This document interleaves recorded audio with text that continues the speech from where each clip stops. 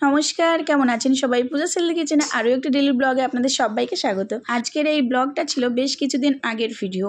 ব্যস্তর কারণে আমি কিছুদিন ধরে ভিডিও এডিট করতে পারছিলাম না আর আপনাদের সাথে শেয়ারও করতে পারছিলাম না। তো দিনটা ছিল আমাদের হালখাতার পরের দিন, বসুর আজকে জন্মদিন, তো সেই কারণে আজকে ব্লগটা স্পেশালভাবে করেছিলাম। তো সকালবেলায় স্নান করে চলে এসেছিলাম পুজোর ঘরে। আগের দিন যেই পদ্ম ফুলগুলো নিয়ে এসেছিলাম, মানে কয়েকদিন আগেই পদ্মগুলো আনা হয়েছিল, জলের ভেতরে রেখেছিলাম, সেই কারণে পদ্ম ফুলগুলো বেশ ভালো ছিল।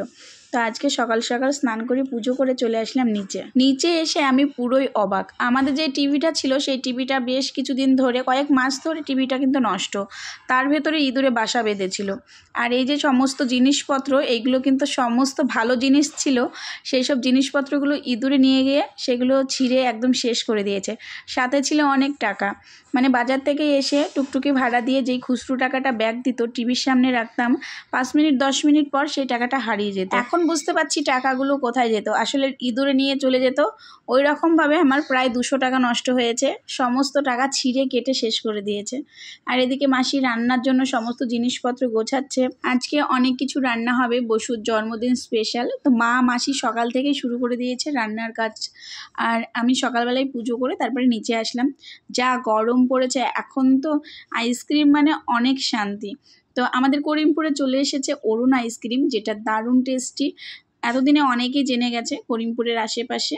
তো আমার আগে কিন্তু অনেকেই ভিডিও করেছে এই অরুণ আইসক্রিম নিয়ে। ফার্স্ট যেদিন আসে সেদিনকে মিষ্টু আমাকে এই আইসক্রিমগুলো পাঠিয়ে দেয়, তার পরের দিনকে। দারুণ খেতে। তার থেকেও বড় কথা, এই আইসক্রিম যেই শেপগুলো, সেইগুলো কিন্তু বাচ্চাদের ভীষণ ভালো লাগে। ফার্স্টে যেই আইসক্রিমটা রাজ খুললো, সেই আইসক্রিমটা হচ্ছে 5 টাকা দাম, দারুণ, মানে পুরোটাই চকলেট, ভেতরে দেওয়া আছে ক্রিম। তো রাজ একটু খেয়ে বললো দারুণ লাগছে। তো আইসক্রিমটা আমি অরিওকে দিয়ে দিলাম। অরিও আইসক্রিম কিন্তু ভীষণ ভালোবাসে। আইসক্রিমটা যখন আমি খুলছিলাম, ও কিন্তু তাকিয়ে তাকিয়ে দেখছিল, ওকে দেখে ভীষণ মায়া লাগে, সেই কারণে সবার ফার্স্টে আমি ওকে দিয়ে দিলাম। তারপরে আমরা আইসক্রিমগুলো এখন একটা একটা করে খুলবো, কারণ আজকে আমাদের বাড়িতে যতজন আছে সবার জন্য আইসক্রিম আনা হয়েছে। আর এই আইসক্রিমগুলো যদি আমি বেশিক্ষণ বাইরে রাখি তাহলে কিন্তু গলে যাবে, তো সেই কারণে খুলে খুলে সবাইকে দিয়ে দেবো। আর এই আইসক্রিমের যেই শেপগুলো, সেইগুলো দেখার জন্য আমি নিজেই খুলে দিয়েছিলাম সবাইকে। তো ফার্স্টে যেটা আমি খুললাম সেটা হচ্ছে হানি ফ্লেভার, আমার সব থেকে পছন্দের আইসক্রিম। আর মাকে দিয়েছিলাম তরমুজ, সেটাও কিন্তু দারুণ ছিল।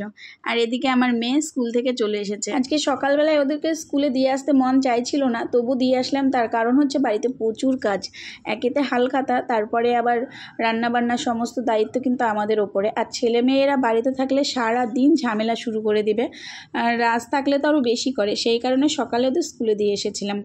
আর সারা দিন কিন্তু ওরা স্কুলেই ছিল। সন্ধ্যাবেলায় যখন নিয়ে আসি, দেখে আমার মেয়ে আমার জন্য অনেক ফুল কুড়িয়ে নিয়ে এসেছে। ও নিয়ে এসে ফার্স্টে আমার কাছে এসে বলে তোমার জন্য একটা গিফট এনেছি। তারপরে আমি যখন জিজ্ঞাসা করলাম কী নিয়ে এসেছো, ও বললো তোমার জন্য আমি ফুল নিয়ে এসেছি, তুমি অনেক ফুল পছন্দ করো, সেই কারণে ফুলগুলো নিয়ে এসেছি। এইগুলো হচ্ছে বকুল ফুল, যেগুলো আমার ভীষণ ভালো লাগে, গন্ধটা তো খুবই সুন্দর। তারপরে চলে আসলো বিকেলবেলায় যারা মিষ্টি তৈরি করছিল তারা।